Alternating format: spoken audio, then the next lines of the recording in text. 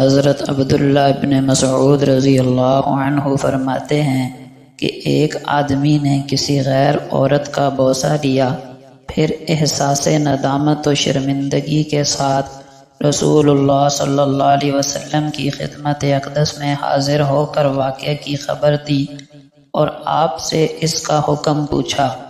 آپ صلی اللہ علیہ وسلم نے کوئی جواب نہ دیا، بلکہ وحی کے ذریعے حکم الہی کے منتظر رہے۔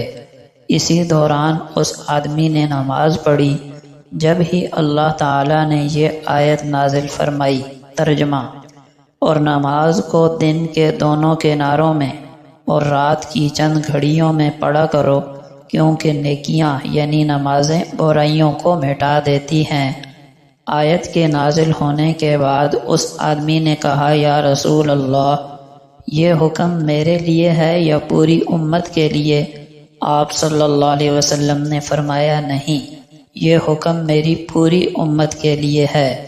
ایک روایت میں ہے کہ آپ صلی اللہ علیہ وسلم نے فرمایا، میری امت میں سے جو آدمی اس آیت پر عمل کرے اس کے لیے یہی حکم ہے، یعنی جو آدمی بھی برائی کے بعد بھلائی کرے گا اسے یہی سعادت حاصل ہوگی کہ اس بھلائی کے نتیجے میں اس کی برائی ختم ہو جائے گی۔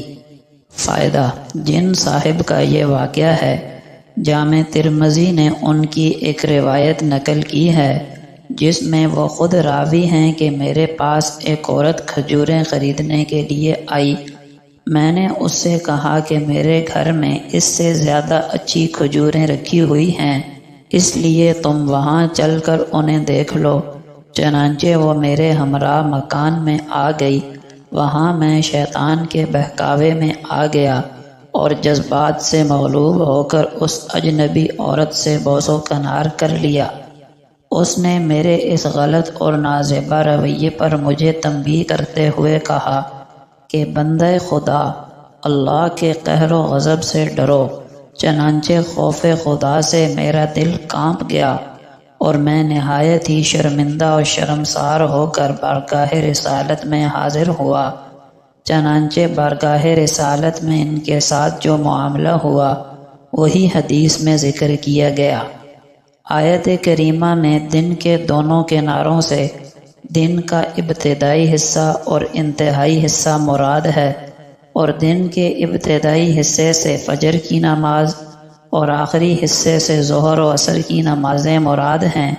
اسی طرح رات کی چند گھڑیوں سے مغرب و عشاء کا وقت مراد ہے۔ اب آیت کریمہ کا مطلب یہ ہوگا کہ پانچوں نمازیں پڑھا کرو، کیونکہ نیکیاں یعنی نمازیں برائیوں کو مٹا دیتی ہیں۔ حضرت عبداللہ ابن عمر رضی اللہ عنہما کہتے ہیں کہ رسول اللہ صلی اللہ علیہ وسلم نے فرمایا، جب بندہ نماز کے لیے کھڑا ہوتا ہے تو اس کے گناہ اس کے سر اور کندھوں پر آ جاتے ہیں، پھر جب وہ رکوع یا سجدہ کرتا ہے تو نیچے گر جاتے ہیں، یعنی معاف ہو جاتے ہیں۔